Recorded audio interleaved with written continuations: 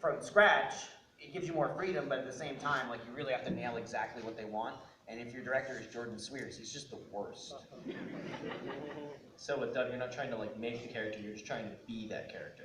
Well, I mean, there's usually like, you know, you make him your own in a way. I mean, even like with Sting, he's pretty different from my voice, from the Japanese voice that he has.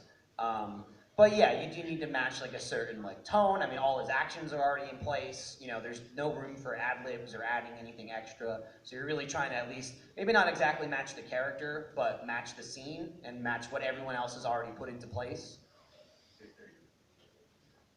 And that's it. And then second question for Trevor. Okay. So there's the lineup downstairs with everyone, right? And everyone has their autographs down there. How much for an autograph with you? You can catch me on the floor. I'll just be walking around periodically throughout the weekend. So if you find me, just stop me. Get it. Get it. So not $50 or anything, right? No. $300. And the money can go straight to me. Thank you very much. I'm just gonna pickpocket him. He doesn't even know that. How you guys doing? Hey, how's it going? As well, I got 2 questions. Question for Lindsay. So how is your ghost child doing so far?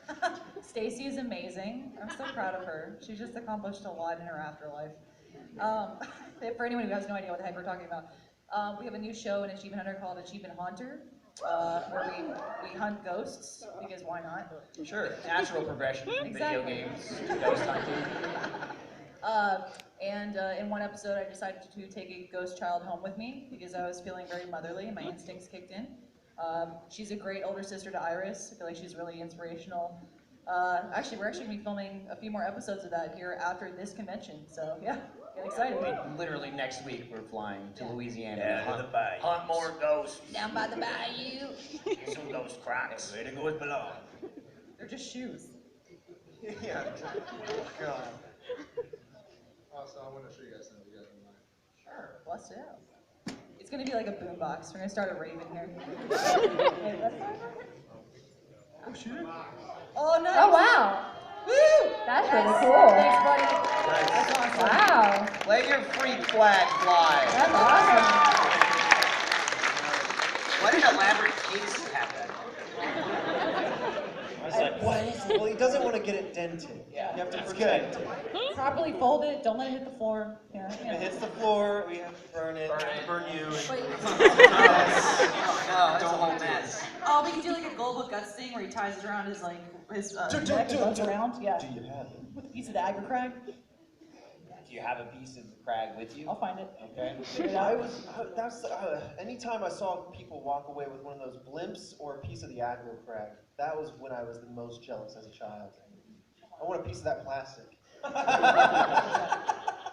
Trevor, we can make you an aggro crag. You know that, right? There's plenty of aggro crag in our office. It's called the ceiling. That's on the floor now.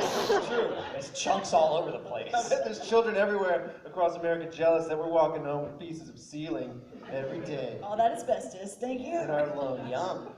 Also, my final question to Michael. You might ask kicking the chair.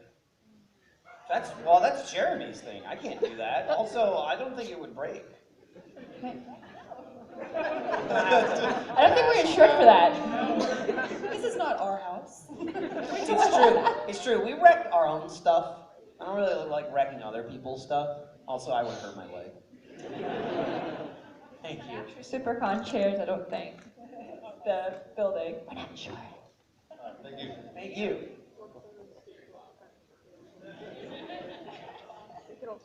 Hello. Hey. Hi. Okay, so I also have 2 questions. One question is that if you could choose a ruby weapon for your daughter, which one would it be?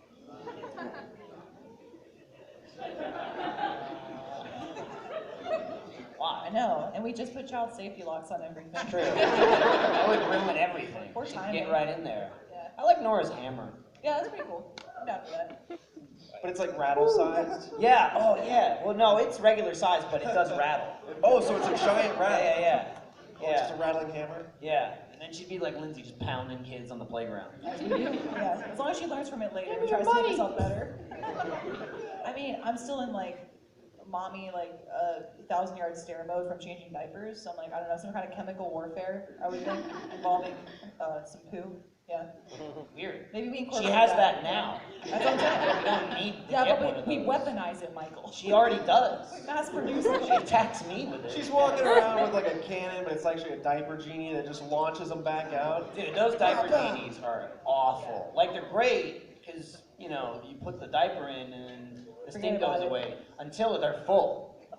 Then it's the worst thing ever. I'm like, I don't want to change it. I don't want to change it. If you really wanted to torture someone, dump one of those on them. Dude, it's awful because too, like, you gotta like rip the plastic and then you tie it in a knot.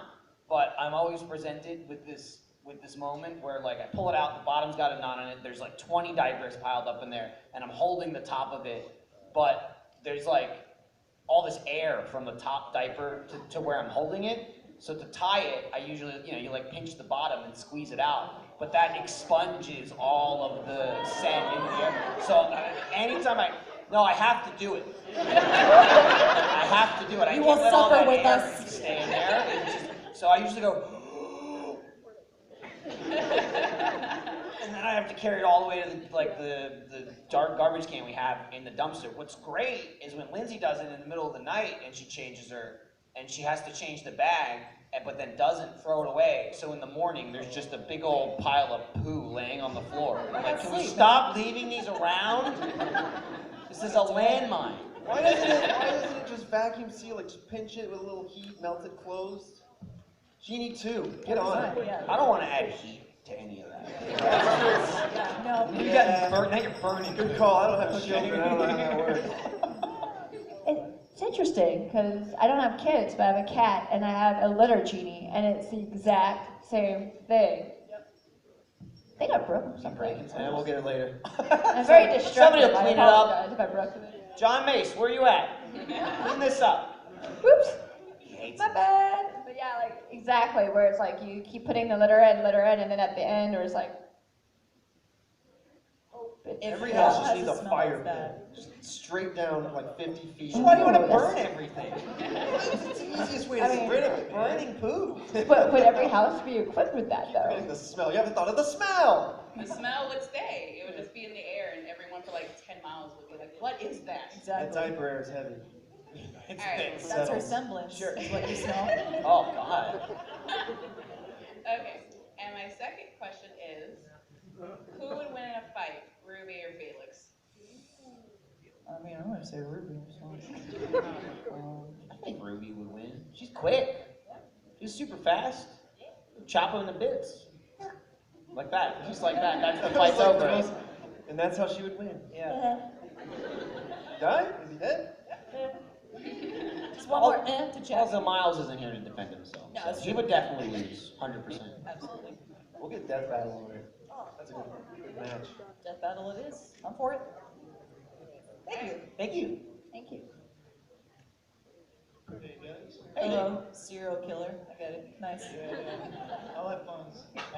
Curious question. How did the name Rooster Teeth come up? Like, Well. Yeah, a bunch of them got it.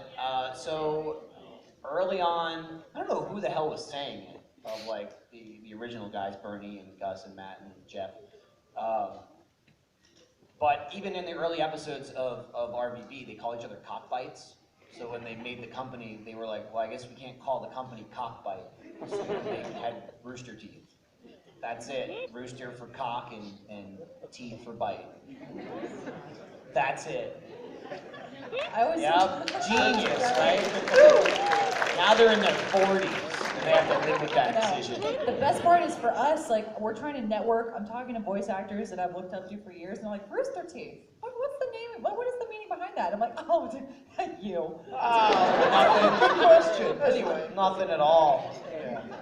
We also get a lot of people who think we're a dental office. That was fun. Like, we've straight up had people come to the office and they're like, hi, I'm here to interview for a dental hygienist position. We're like, you are in the wrong building. It's true.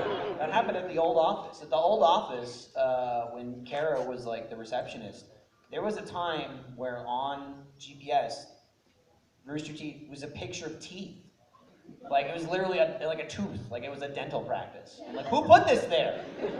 Stop coming here. Get them to watch one way or another. Yeah. I came for a dentist. Get in but the then chair I and we'll ended put up the TV subscribing. on and then we'll never work on you. Just wait. You like the shows yet? Do you like them yet? Gas 'em.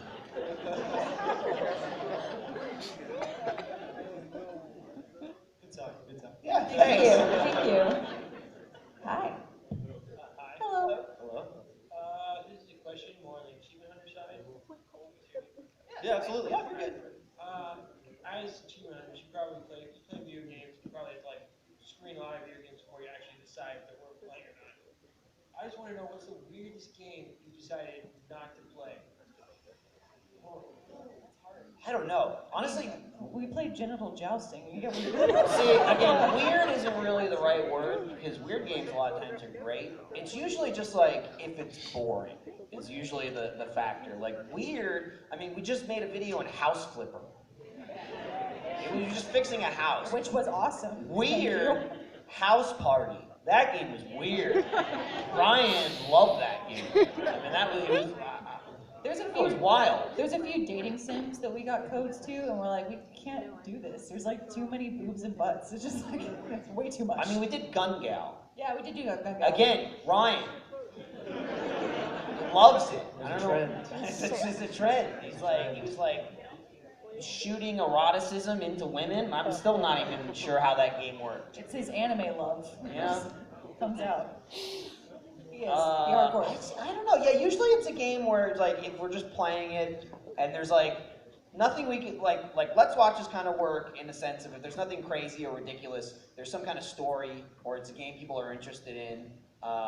You know, there's like some kind of like Uncharted or something where there's a single player aspect. Even you know, we did Crash Bandicoot because it's like a good platformer. One person can play it. Or there's games like GTA where, you know, or Human Fall Flat is great where there's like this ridiculous, crazy ragdoll, and we can work with a lot of that stuff. It's usually just games that have very limited features. Like I know for like 2 years we didn't do WWE because like there was like a year or two where those versions came out and they just like they sucked compared to the version before that. Like you couldn't make the crazy freak monsters that we made, and we were like, oh, this is just wrestling. It's just vanilla wrestling. It's just like, people want to see us do more than that. Yeah. No one cares about us wrestling because we don't know anything about it. They want to see the freaks that we make. Yeah. Games that are super vanilla can be boring, or if they're super slow paced or like not a lot of action happening. Like It happens, they don't with, make for a lot of it happens with a lot of racing games. Yeah. Like some racing games are like super realistic racing games, and they're great for people to play by themselves, and people might really enjoy them. But for us to make videos in it, it's like, oh, we're just racing. Like we're on a track. It's like a NASCAR type track. We need something like with sprunking and blowing up. You guys just did the like demolition derby, Yep. which That was was awesome. fun. or The old wreckage. days, you know, Burnout, that kind of stuff. Yeah, You so- crash. And, Honestly, usually just like the weirder and the more options, the more likely we're gonna film a video in it. Alright, thank you. Thank you. One more thing, for your Achievement Hunter series, I believe it was somewhere either in Florida or in the Keys, there is actually a haunted dog that pushes anyone. Yeah. Is that the Haunted artist? dog? Artist doll? Yeah. so is the Yes. dog alive and possessed and The haunted? doll. Yeah. It's a dog. Doll. It's a haunted dog that pushes anyone who assaults it or don't pay enough respect. Yeah. I want to say the name's like Robert or something. Yeah. Okay. Jeremy, now kick that doll's ass. Yeah. Haunt me. They say that like people have allegedly been cursed by the doll so hard that they wrote letters to him like, sorry I made fun of you. Yeah. All right. We should just start shit talking the doll right here.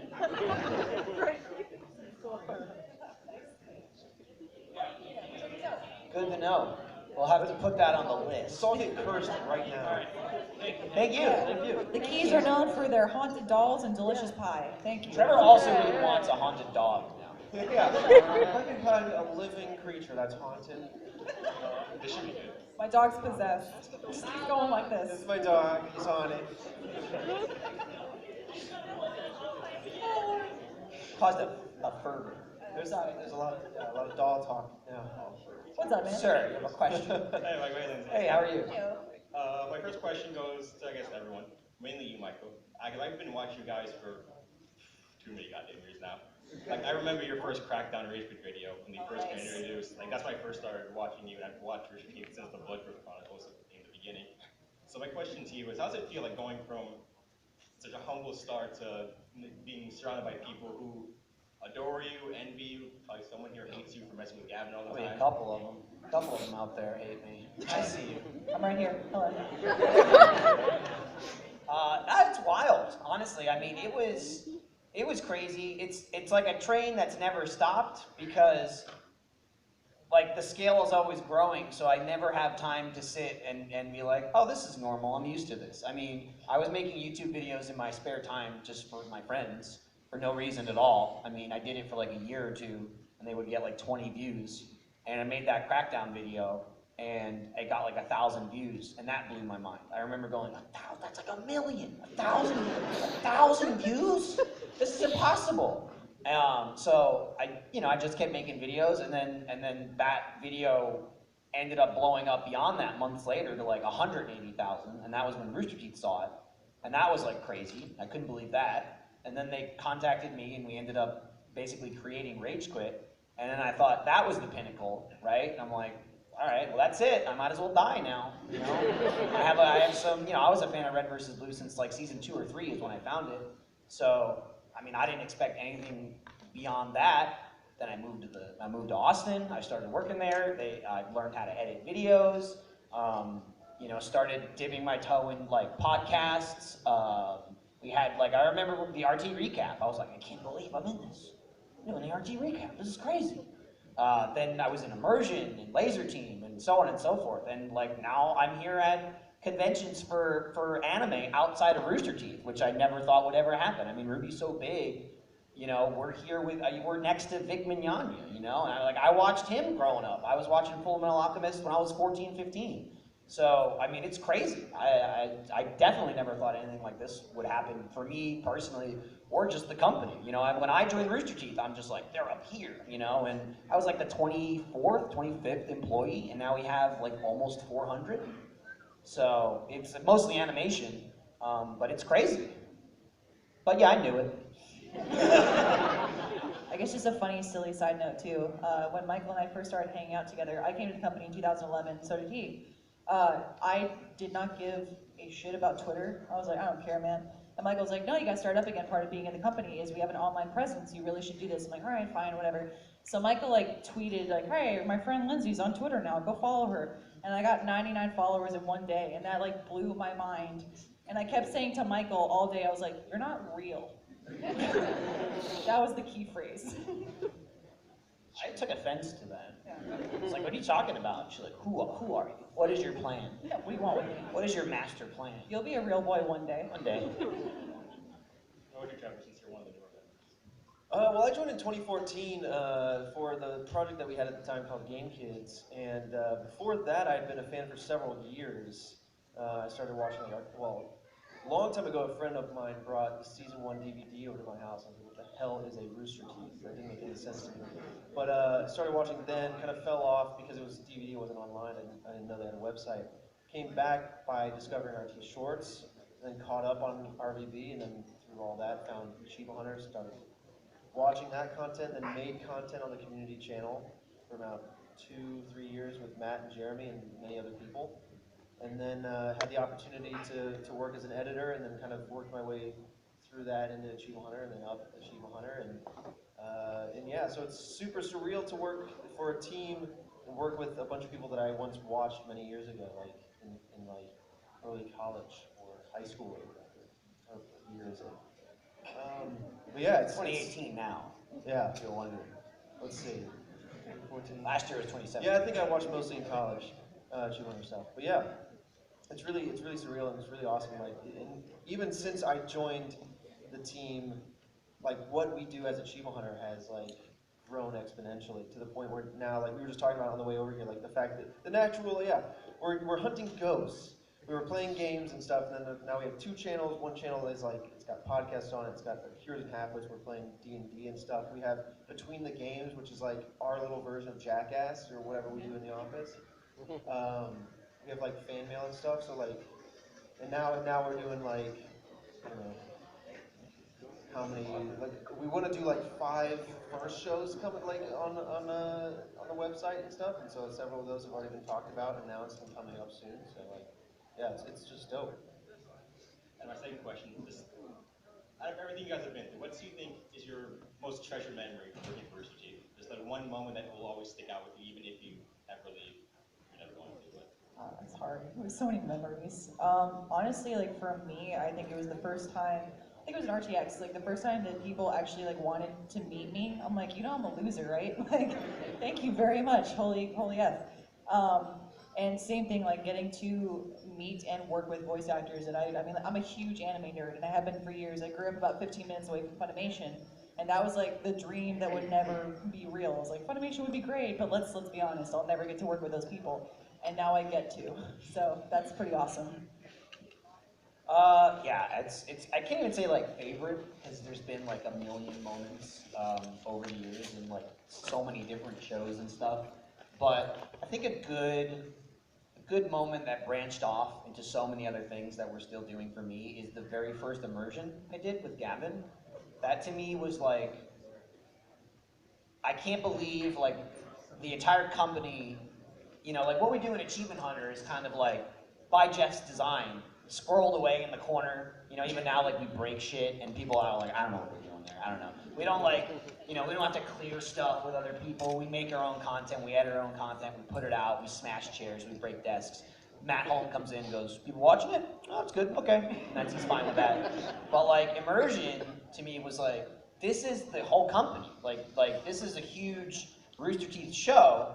All the funding is going into it. Like the whole live action department's filming it. We all flew to Georgia to shoot it on the racing one where we were in the race car going around the track, and then we were playing a game on the same track like in the car.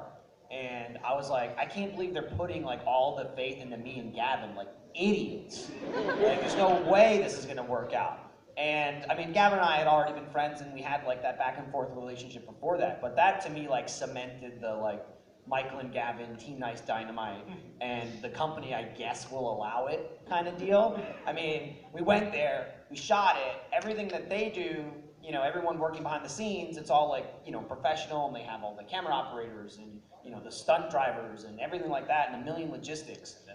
And then I'm chasing Gavin with a bag of my own vomit on the track, swinging it at him while he's running and screaming. And that was 5 years ago now, 5.5 years ago. That to me, I look back on that and I was like, that was our moment.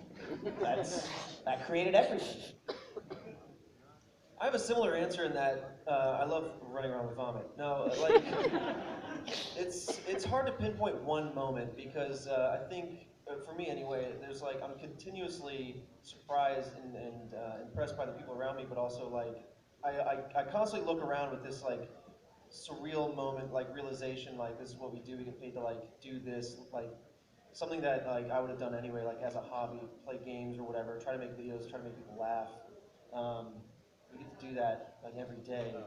But I think for sure, like my first RTX as a staff member, and then every time I get to interact with fans as a face for the company, and like because I used to be a fan, I used to like know exactly like how you feel like when you see somebody, when you meet somebody, or how the content can make you feel. And so when like people are really excited to meet us and like just want to like shake our hand or like get our signature or whatever, take a picture, or just tell us what the content means to them, it's always like a super awesome experience that I get to now like be part of that and kind of help make everyone's day a little brighter. And then the same thing in the comments, you know, like it's a little less personal because we're not seeing you in person, but like when we, you know, when we make videos and we put this goofy stuff out, and like you guys are all like shouting about your favorite moments in the comments, like time-stamping this and that and stuff. It's really cool to see like how you guys enjoy the things that we also enjoy putting out. They really like the suck up. Yeah. Or just like the cup drowning. You know, like, have you ever heard the statistic that you can drown in, what is it, as little as like 3 inches of water? Something like that. Yeah, we put about 3 inches of water in those cups. I mean, It's that's possible. Like, that's how they found out. Yes. Some group of idiots put a bunch of straws in a cup and said, which one of us will die? You get an inch, you get 2 inches, I'll take 3. And 2 of them went home. That could be taken out of context, really. Go for I'm listening, yes. Thanks, man. Thank you. Thank you. I don't want to be a jerk, but we're over halfway, and so just one question per person because there's a lot of people, and I'm not sure we're going to get to you all. So, thank you guys. Really quick before I ask my question, just want to say it's also crazy seeing you guys. Like I started watching before Ryan got hired, and Ryan got hired, and I was like, who the fuck is this? And but like I stuck with it. Like I started watching when I was like 11, and now I'm 17. I don't know what that says about me, but it's also like What does crazy. it say about your parents? Well, okay. Funny story, really quick. Unsupervised. I was like 13, and I was watching like GTA 5 in like my bed. My mom comes and she's like, "What are you watching?" And then Michael screams, "Fuck!" And I'm like, "Oh, you know, just YouTube." Gotta keep you on your toes. And then my mom was like, "I don't know if I like this language." And I'm like, "Oh, it's just Michael." And then Jeff screams, "Cunt!" And that, she goes, well, that one's inexcusable. I'm sorry, Mother. Yeah. And then my mom gave up on me, and now I'm married. It happens. Great. We're among friends. We're family here. Welcome. Okay, so my question is, it's not related to anything that you guys do, but you guys are kind of like actors almost now. So if you could pick one actor and you could make either like a movie, a series, a short film, a porn, whatever you want to do. You get one actor and you get to decide the entire plot and how it's going to play out. What would you do? I don't know what I would do. I know who I would do. For me, which is amazing, because honestly, like with Rooster Teeth getting bigger and bigger now, we're actually working on collaborating them. We have an animation coming out, like an animated series we're making with them, which is mind-blowing. But for me, it's Rob McElhenney from It's Always Sunny in Philadelphia. It's like my favorite comedy of all time. I love that show. I think he fully embodies the East Coast in everything that he says and does. And I'm just like, I'm gonna pee a little when I meet him. I'll block you. I'll just be like, hey, don't I'll let him see. Oh, okay, good. All right. He needs to know. You're not cool unless you pee your pants. For me, I think everyone knows this, but I love Jeff Goldblum to death. And he's actually doing convention circuits now for Jurassic World, so I'm desperately trying to see if I can attend one with him and just kind of like linger in his aura. So, thank you. See what he smells like? No, you're... That's tough. That's tough. I feel like there's so many comedians that I would love to like, just even meet in person, let alone make some sort of like comedy shorter film with that. Let's see. I think Steve Carell is definitely up there. I love like his dry sense of humor that he can, his deadpan candor that he can have. But Will Ferrell, I love watching Will Ferrell bloopers, just because like it's almost like the funniest stuff is what gets cut with that guy. So I would love to film with that guy just to see what doesn't make it in. Yeah. Thank you. Yeah, thank you. Hi. I don't know if you remember from last year, but I was female Mogar. Hey, yes, welcome back. I do. Yeah. So, just a quick question. Do you think The Office is safe for Iris? No. No, not at all. Like, we have, it's ridiculous. We have a story, I don't remember what we were filming. It was one of the behind the scenes, or, between the games. And we were using the grappling hook, and Gavin's trying to hook it onto the roof real quick, and he starts doing it, and he goes, "Oh wait, Lindsay, hide." And I was like, okay, and I went under the desk. I'm like 6 months pregnant at that point. I'm like, don't hit the baby, okay, go.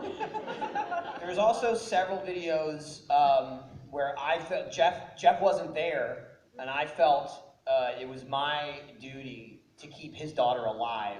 And there were a couple of times where Millie was in the office, and I instructed her to hide under Jeff's desk, and I'm just standing next to the desk. Well, it was of course Gavin doing something, or Ryan shooting an arrow or something. He's always trying to like throw a sword. I mean, or Moonball's whatever alone. it is. Yeah. Moonball is like that's an owie. No, But like, you hit that temple, kill a man. I don't know about that. Really? Only, it depends who's throwing it. Alfredo Alfredo he can whip it. whips him. No accuracy, but, No. but all straight. Every moonball Alfredo throws is like a spirit bomb. He does not hold back. It's just full force. Like his sometimes just get stuck in the wall and they don't even come out. That's an exaggeration, but it might happen. But no, God no. She's been in the office for like 7 seconds and then we pull her out of there. The office isn't safe for a human, or anything living if you want it to be alive. There's a lot of times where I will genuinely like go, hold on Ryan, it's usually Ryan, and I'll run around and like stick most of my body, like open the door, and use the actual wall to just, I'll see, but I want my fist, my heart, and my organs out of the room. Well, luckily we're all Because I want dead to live. inside, so it works. It's true. I'm hiding my heart. context to it, I work in GameStop, and there's an ad that plays that's just like about Rooster Teeth, and like, okay, I'm sick of Jeremy. Me too. Tell me. Every 5 minutes on a loop, and you get sick of it. Hey, this is Jeremy for Achievement Hunter. I'll do it for him. I'll say hi, I'm Jeremy. I really want Jeremy to start one going, hey bro, how you doing? Oh, please. Hey bro, how's it going? Just one time. But I see this ad for Rooster Teeth every 5 minutes about how the company is growing. And who gave Bernie the idea, or did he get the idea to go to the house where it all started and just go inside? That was Bernie's. That was part of the doc. Yeah, is that an ad for the founder's doc? Yeah, it was. I don't know. It's like this minute-long video of Rooster Teeth growing. Him and Matt, they didn't even ask the woman that lives there. They busted in, and they were like, "Guess what? This was ours now. You're on camera." And she was like, "Oh my god." She was like, just don't go to my children's bedroom. That's it. Please, just stay out of that one room. You're in it. Yeah. And then also on that, growing with Rooster Teeth and seeing kind of like, you mentioned like going, everything that you did was like the newest and exciting thing. Does that continue to happen every time like a new project gets Absolutely. going? Yep. I can't spoil anything, but Trevor and I were a part of the thing that we shot recently, and it was absurd and something that we had never done before and never thought we would. And you're not even talking about hunting ghosts. Nope, I'm not. Not at all. So yeah, no, it's still new for sure. It's kind of what I was like talking about a little bit like in the previous answer. Like it seems like every year Achievement Hunter has its next thing. What like last year was the year of live action, and that's kind of where Between the Games was really like caught its like stride.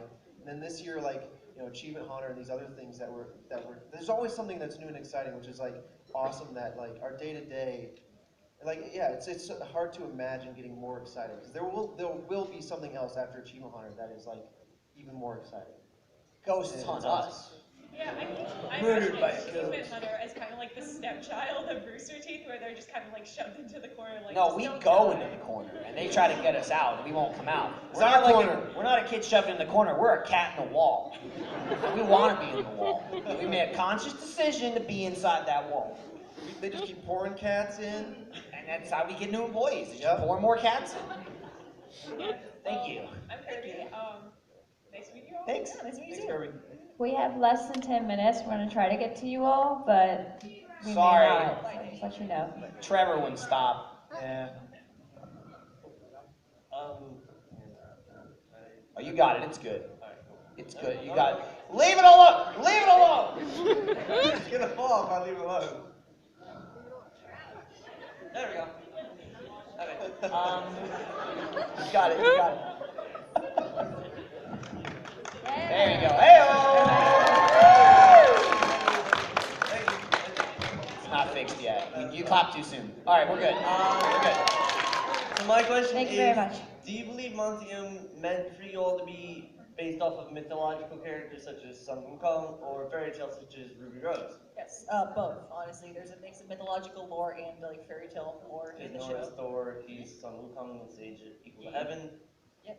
And I'm just gonna make a statement for the rap battle that Achievement Hunter had, and I would say Michael definitely kicked the crap out of everybody else. Oh, thanks. Yeah. Yeah, Jeremy kind of had the upper hand because he wrote it all. So he made himself look real good at the end. But I guess, you know, when you do the work, you kind of get to do that. Thank you. All right, hey guys. I was wondering, who out of the office is the best drunk, and what's your... What do you mean best? the funniest, stupidest drunk. And what's your favorite drunk story? Honestly, Matt Holm, man. Oh God, Matt's good. Matt's a good one. Another one, not nearly as like common. That happens very rarely. Jack. Yeah, Jack's a good He's drunk too. wild. Oh yeah. Yeah. Reunion. Reunion Jack. Yeah. He gets super red like Santa Claus. He loves everybody. And he loves everyone. He's like, I love you, man. It's like I've never seen that. I've only seen it in movies. Jack is that. Jack was hugging me. He's like, you got a kid, man. You got a kid. You made a kid.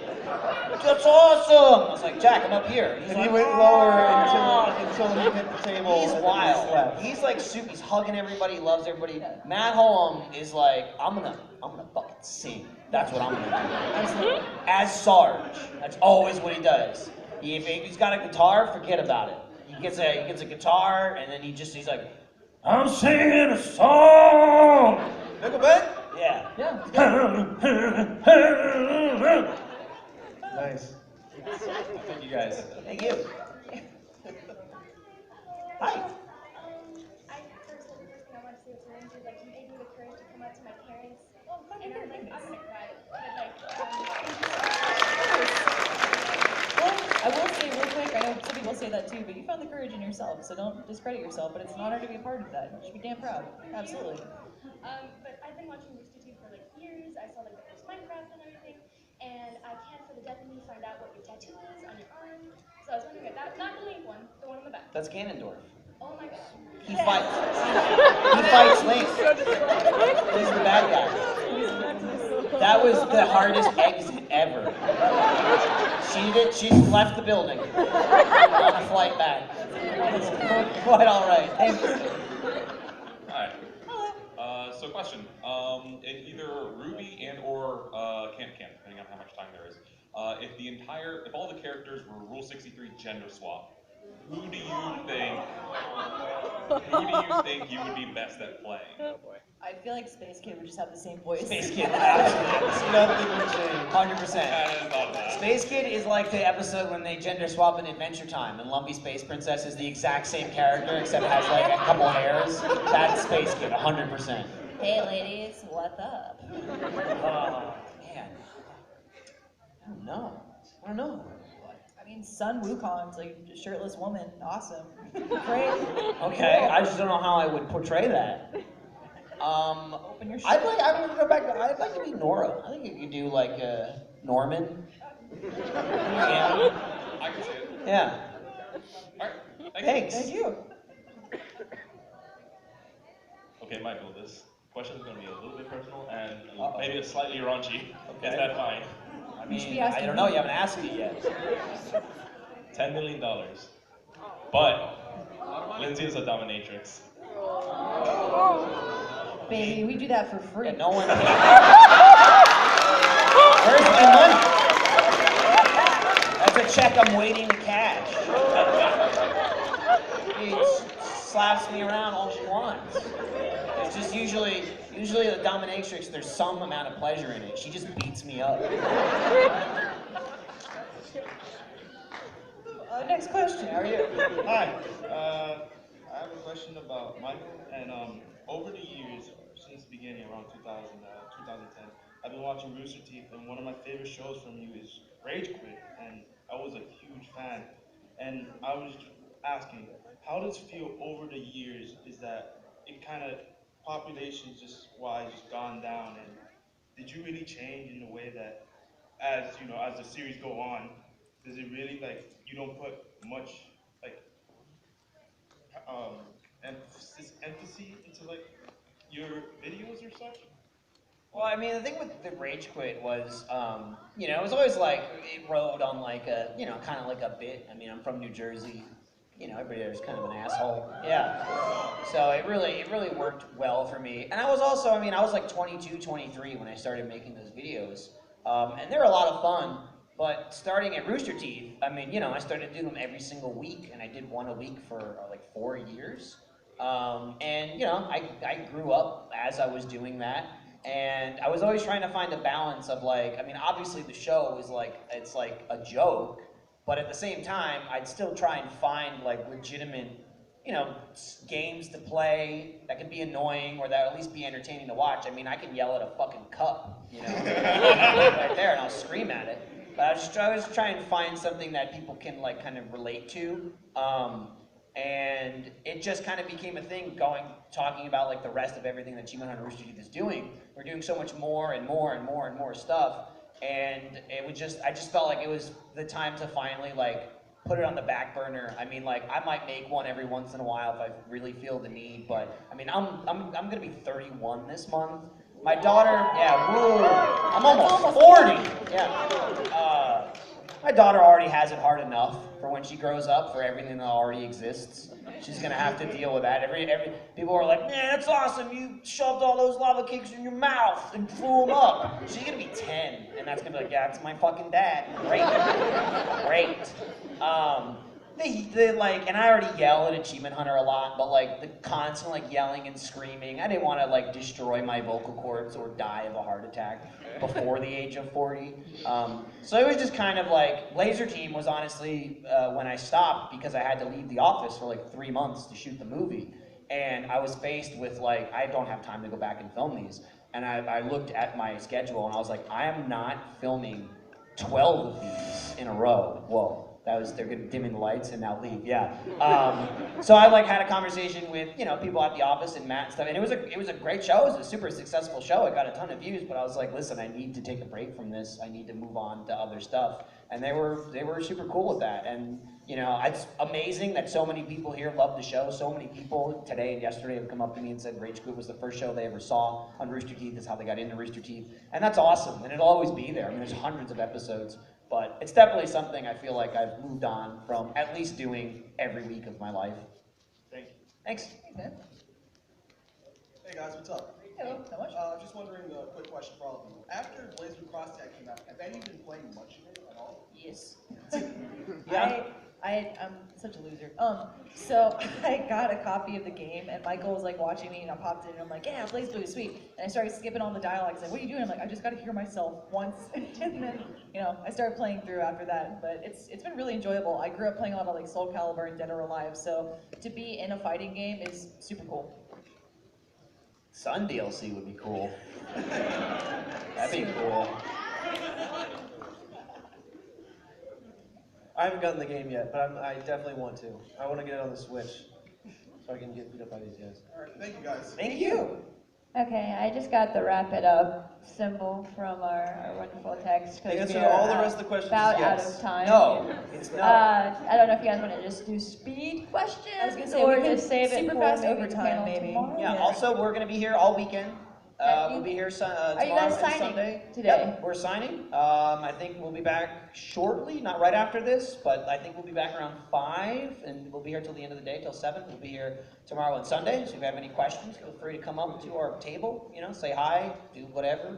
You guys are doing several other panels as well, correct? Yeah, we also have a Ruby panel tomorrow. That's and, tomorrow at 1. At 1 o'clock. Yeah. And then you have the Ruby versus Voltron panel on Yeah. Sunday night. That is at 7:15. No, it isn't. Is it? 7? Yeah, No. it's that late, buddy. It's like end of the day. No, it's like 5:50. We'll check it out. No, it is. It's one Don't of the listen to her. Our flight is like 7 o'clock. I hope it's not 7:15. No, I think you're right. I'm sorry. I'm screwing it up. We Tomorrow, had a might yesterday be. that was 7:15. It is at 5:15. She's losing her mind. This is what I live with. Thank you, guys. So thank you. Make sure you go by their table, buy a lot of stuff, get pictures on how awesome they are. I think you're doing a audience selfie, so if y'all want to kind of go in